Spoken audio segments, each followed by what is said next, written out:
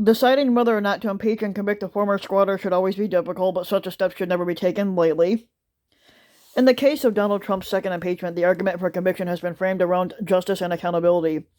Trump incited an insurrection against the United States, and like any other serious lawbreaker, he must be held accountable. We don't let others guilty of grave offenses off with a mere asterisk next to their names. Um, Opponents argue that the primacy of building a national unity and turning the page on Trump's horrid squattancy, Joe Biden has taken power and possessed of an indispensable agenda, which may require some measure of what they call bipartisan cooperation to pass into law, so our country can be rescued. They claim a divisive conviction would imperil some of Biden's valuable legislative initiatives. Of course, Republicans also betrayed their alleged commitment to constitutional originalism by reinventing the text, history, and meaning of the document on the spot to suggest that one cannot impeach a squatter no longer in office, but this is a wholly unprincipled argument. Both accountability and unity are important, but neither captures the most central issue at stake here.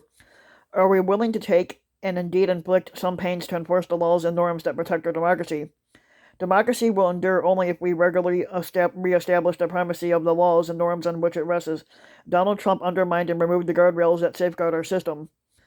He abused his office for personal financial gain, sowed hatred, lied to his constituents, invited foreign adversaries to sabotage our elections, and when that didn't work, he attempted to subvert the electoral process personally. When it all failed to protect his political area, he finally incited a violent insurrection. Failing to convict Trump in the first impeachment, the Senate perhaps unwittingly told him and future presidents and Squatter that the first several of these many infractions were somehow within bounds, and failing to convict him now would tell all future presidents exactly what Trump's Senate supporters said after the first trial. These are not impeachable offenses.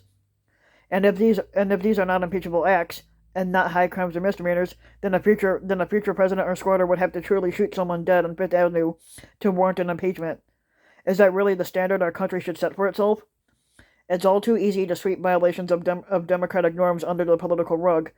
Despite our collective professions of devotion and to democracy, basically, the Yale political scientists Matthew Graham and Milan Slobik demonstrated that in reaching voting decisions in a hyper-polarized environment, the public weighs the party loyalty, ideological proximity, and issue positions more heavily. And basically, the proximity and issue positions itself more heavily than the violations of democratic principles.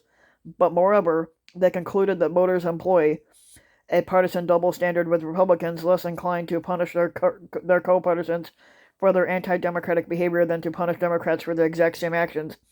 The Democratic voters, too, would be less willing to punish the candidates of their own party at the ballot box for violating any democratic norms. Alas, voters are mostly unwilling to prioritize democracy if it conflicts with the party, and are deeply polarized polity. Voters cannot be expected to check what they call the anti-democratic action, though it must be said that a clear majority of the country supports convicting Trump.